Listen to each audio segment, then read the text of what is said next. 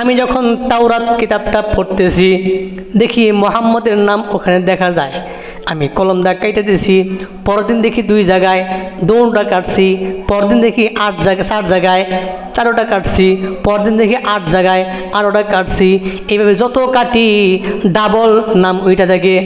ঘটনা আমি কিছু বুঝতেছি না। ও বন্ধু, এর কি হাকিকত, কারণটা কি? বন্ধু ডেকে বলে, আয় তুমি কি করতেছ, তুমি কি করলা? এখন তো পয়গম্বরের উপরে সূরাতুন নাসার নাজিল হয়ে গেছে। আল্লাহর পয়গম্বর হাত তুলে শুধু দোয়া করবেন, রব্বে কারীম দলে দলে মানুষগুলোকে এখন মুসলমান বানিয়ে দিবে।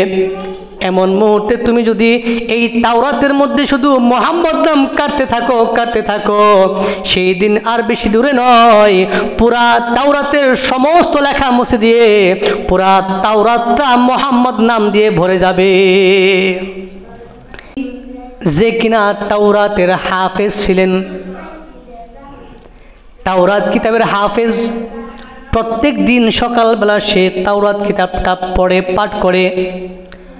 আমরা মুসলমানরা যেমন প্রত্যেক দিন সকালবেলা কোরআনুল কারীম তেলাওয়াত করি, ঠিক তদ্রূপভাবে ওই ইহুদি হাফেজ, তাওরাতের হাফেজ, তিনি প্রত্যেক দিন সকালবেলা তাওরাত পড়তেন। পড়তে পড়তে হঠাৎ করে দেখেন তাওরাতের পৃষ্ঠার মধ্যে এক জায়গার মধ্যে আল্লাহর পয়গম্বর মুহাম্মদুর রাসূলুল্লাহ সাল্লাল্লাহু আলাইহি ওয়াসাল্লামের নাম মুবারক দেখা যায়।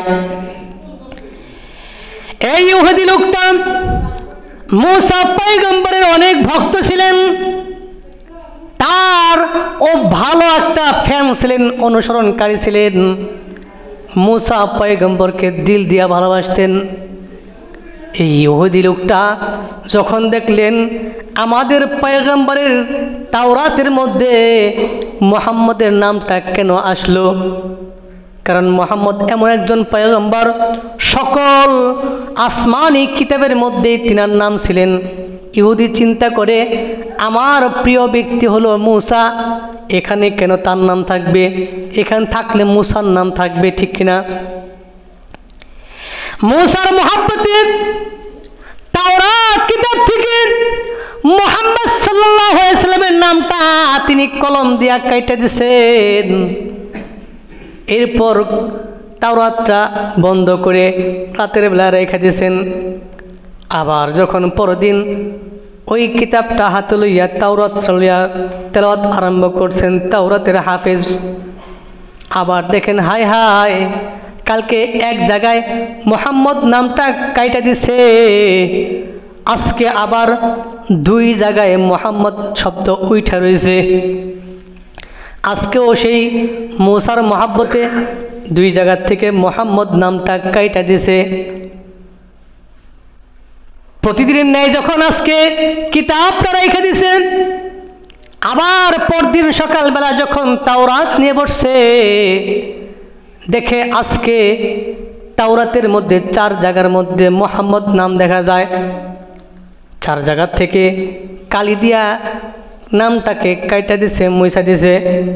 পরদিন আবার দেখে 8 জায়গার মধ্যে মুহাম্মদ নাম উঠে গেছে।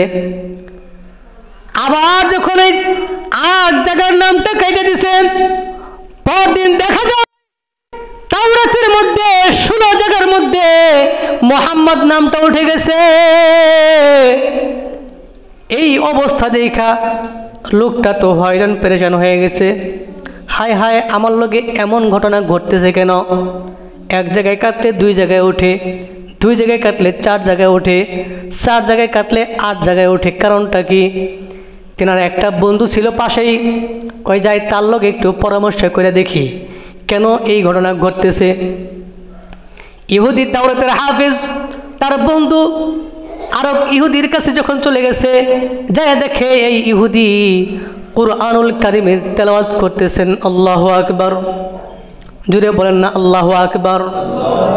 তার বন্ধু সে ইহুদি ছিল, কুরআনুল কারীমের তেলাওয়াত করতেছেন। দেখে বলে, ও বন্ধু, তুমি তো একজন তাওরাতের হাফেজ, তাহলে কেন তুমি কুরআনুল কারীম তেলাওয়াত করতেছ? কয় বন্ধু, গত মাসে আমি মদিনা মুনাওয়ারায় গেছিলাম, শেষ পয়গম্বর মুহাম্মদুর রাসূলুল্লাহ সাল্লাল্লাহু আলাইহি ওয়াসাল্লামের হাতে হাত রেখা আমি মুসলমান হয়ে গেছি। এতদিন পর্যন্ত আমি তাওরাতের হাফেজ ছিলাম, আজ থেকে আমি কুরআনের হেফজ করার জন্য চেষ্টা মেহনত চালাচ্ছি। এই বন্ধুটিকে বলেন, বন্ধু মুহাম্মদ নিয়ে আমার একটা ঘটনা ঘটে গেছে, একটা অলৌকিক ঘটনা ঘটতেছে। আমি যখন তাওরাত কিতাবটা পড়তেছি, দেখি মুহাম্মদের নাম ওখানে দেখা যায়। আমি কলম দা কাইটা দিয়েছি, পরদিন দেখি 2 জায়গায় 2টা কাটছি, পরদিন দেখি 8 জায়গায় 4টা কাটছি, পরদিন দেখি 8 জায়গায় 8টা কাটছি। এইভাবে যত কাটি ডাবল নাম ওইটা থাকে। ঘটনা আমি কিছু বুঝতেছি না। ও বন্ধু, এর কি হাকিকত, কারণটা কি? বন্ধু ডেকে বলে, আয় তুমি কি করতেছ? তুমি কি করলা? এখন তো পয়গম্বরের উপরে সূরাতুন নাসার নাজিল হয়ে গেছে। আল্লাহর পয়গম্বর হাত তুলে শুধু দোয়া করবেন, রব্বে কারীম দলে দলে মানুষগুলোকে এখন মুসলমান বানিয়ে দেবে। এমন মুহূর্তে তুমি যদি এই তাওরাতের মধ্যে শুধু মুহাম্মদ নাম কাটতে থাকো, সেই দিন আর বেশি দূরে নয়, পুরা তাওরাতের সমস্ত লেখা মুছে দিয়ে পুরা তাওরাতটা মুহাম্মদ নাম দিয়ে ভরে যাবে। এমন কাজ করো না। যখন মুহাম্মদের এমন কথা বলছেন, ইহুদির ভিতরে মুহাম্মদের একটা মহব্বত ভিতরে ঢোকা আরম্ভ করছে। তাহলে কি করা যায়? মুহাম্মদ নামের এত অলৌকিকতা, তাহলে তো ওই মুহাম্মদের কাছে একটু যাওয়া দরকার। যেহেতু বন্ধু তুমিও মুসলমান হয়ে গেছো, তাহলে আমার তো তাকে একটু দেখা দরকার। এই তাওরাতের হাফেজ ইহুদি চিন্তা করলো, আমার এখানে যাইতে হবে। শাম দেশ থেকে তিনি রওনা দিলেন, আল্লাহর পয়গম্বরের সঙ্গে একটু সাক্ষাৎ করবেন। ইহুদি এখান থেকে রওনা হয়ে গেছে শাম থেকে মদিনা মুনাওয়ারায়, প্রায় 7-8 দিনের রাস্তা। এই রাস্তা অতিক্রম করে যাচ্ছেন, কিন্তু আল্লাহর পয়গম্বরের দুনিয়া থেকে যাওয়ার এখন সময় হয়ে গেছেন। তিনি দুনিয়া থেকে চিরবিদায় নিয়ে চলে গেছেন। তিনি যখন দুনিয়া থেকে চলে গেছেন, ইহুদি লোকটা মদিনা মুনাওয়ারায় চলে আসলেন। আসার পরে খবর পাইলেন পয়গম্বর দুনিয়াতে আর নাই, দুনিয়া থেকে চিরবিদায় নিয়ে চলে গেছেন। রওজায়ে আতহারের পাশে দাঁড়াইয়া তিনি দোয়া করতেছেন, আল্লাহ, তোমার বন্ধুর সাক্ষাতের জন্য আমি আসছিলাম, কিন্তু আমি তার সাক্ষাৎটা পাইলাম না। আমি তার হাতে হাত রেখে মুসলমান হব বলছিলাম, এখন আমি কিভাবে মুসলমান হব, তাকে তো পাইলাম না। পাশেই ছিলেন হযরতে আলী রাদিয়াল্লাহু তাআলা আনহু। তিনি ডেকে বলেন, ও ভাই শোনো, তুমি এখনই ঈমান গ্রহণ করো, কালেমা পড়ে মুসলমান হয়ে যাও।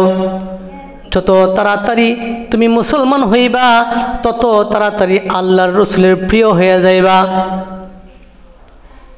ইহুদি লোকটা হযরতে আলী কাররামাল্লাহু ওয়াজহুর হাতে হাত রেখে মুসলমান হয়ে গেলেন। মুসলমান হওয়ার পরে রাসূলের মহব্বত আরো বাইরে গেছে। এই 2 চোখে আল্লাহর পয়গম্বরকে দেখব বলে সফর করে মদিনা মুনাওয়ারায় আসলাম। আজ এই চর্ম চোখে রাসূলকে দেখতে পারলাম না। ডেকে বলে, ভাই আলী, আল্লাহর রাসূলকে দেখা দিলটা ঠান্ডা করতে পারলাম না। তাহলে কি তোমার কাছে আল্লাহর পয়গম্বরের কোনো পরিধানকৃত কোনো জামা আছে কিনা? কারণ আমি শুনছি আল্লাহর পয়গম্বরের দেহ মুবারকের মধ্যে যে ঘাম আসতো, এই ঘামটা নাকি মিশক ও আম্বরের চাইতেও বেশি সুঘ্রাণ। যেহেতু চোখ দিয়ে পয়গম্বরকে দেখতে পারলাম না, পয়গম্বরের দেহ মোবারকের ঘামের গ্রানটা যদি নাক দিয়ে নিতে পারতাম তাহলে একটু শান্তি পাইতাম, ভালো লাগতো। আলী রাদিয়াল্লাহু তাআলা আনহু সঙ্গে সঙ্গে ঘর থেকে একটা পরিধানকৃত জামা বের করে দিলেন। ইহুদি তাওরাতের হাফেজ এই জামা মোবারকটা নাকের কাছে লইয়া তিনি সুঘ্রাণ গ্রহণ করলেন। ঘ্রাণটা যখন লইলেন, চক্ষুটা বন্ধ করে হাত তুলে রবের কাছে দোয়া করে, ওগো দয়াল মালিক, এই চোখ দিয়ে তোমার পয়গম্বরকে দেখার জন্য আসছিলাম, তোমার পয়গম্বরকে দেখবো বলে শাম থেকে সফর করে মদিনা মুনাওয়ারা আসলাম, কালিমা পড়লাম, মুসলমান হয়ে গেলাম, সচক্ষে দেখতে পারি নাই, কিন্তু তোমার পয়গম্বরের গায়ের ঘামের ঘ্রাণটা যখন আমার নাক দিয়ে নিলাম, দিলের মধ্যে এত প্রশান্তি হয়ে গেছে। তোমার পয়গম্বরের প্রেম ভালোবাসা দিলের মধ্যে এতটাই পয়দা হয়ে গেছে, ইশক ও মহব্বতের আগুন দিলে জ্বলে গেছে। আয় আল্লাহ, এই ইশক ও মহব্বত, এই প্রেমের আগুনটা তোমার পয়গম্বরকে দু চোখে না দেখলে এই আগুন নিভানো সম্ভব হবে না। দয়াল মালিক, তোমার কাছে ফরিয়াদ জানাই, একটা আবদার আমার, যে আগুনটা তোমার পয়গম্বরকে না দেখলে নিভবে না, যেহেতু এই দুনিয়ার উপরে থাকা অবস্থায় তোমার পয়গম্বরকে দেখা আর সম্ভব নয়। ওগো দয়ার মালিক, তোমার কাছে আমি আরজু পেশ করি, আকাঙ্ক্ষা করতেছি, তোমার কাছে আমি চাহিদা পেশ করতেছি, তোমার পয়গম্বরকে দেখার জন্য যদি এই মুহূর্তে জীবনটাও দিতে হয়, তুমি আমার জীবনটা নিয়া আলমে বরজখের মধ্যে তোমার পয়গম্বরের সঙ্গে আমার সাক্ষাৎ ঘটিয়ে দাও। আল্লাহ, আলী কাররামাল্লাহু ওয়াজহু স্বয়ং নিজে বলতেছেন, এই ইমানে কামালিয়াত যখন চলে আসেন, রব্বে করিম ওই ব্যক্তির দোয়াকে খালি হাতে ফিরে দেন না। এই লোকটা যখন তার ঈমান গ্রহণ করছেন, আল্লাহর পয়গম্বরের ঘামটা যখন ঘ্রাণটা তার নাক দিয়ে নিছেন, তখন তার ঈমানের মধ্যে এত পরিপক্কতা চলে আসছেন, তার দিলের মধ্যে রাসূলের ইশক, ভালোবাসা, মহব্বত এতটাই পয়দা হয়ে গেছেন, মুমিনে কামেল হয়ে গেছেন। এই ব্যক্তি আল্লাহর কাছে দোয়া করতে দেরি, সঙ্গে সঙ্গে প্রাণ বায়ুটা বের হয়ে ওই আলমে বরজখে আল্লাহর রাসূলের সঙ্গে সাক্ষাৎ হইতে তার দেরি হয় নাই। আল্লাহ, এই হলো আশিকে রাসূল, যে কিনা ইমানের মধ্যে কামাল আসছে, এই কামালিয়াতের কারণে তার দোয়া করতে দেরি, মাগার দোয়া কবুল হতে দেরি হয় নাই, তার প্রাণ বায়ুটা বের হইয়া আলমে বরজখে যাইয়া আল্লাহর রাসূলের সঙ্গে সাক্ষাৎ ঘটে গেছে। সুবহানাল্লাহ।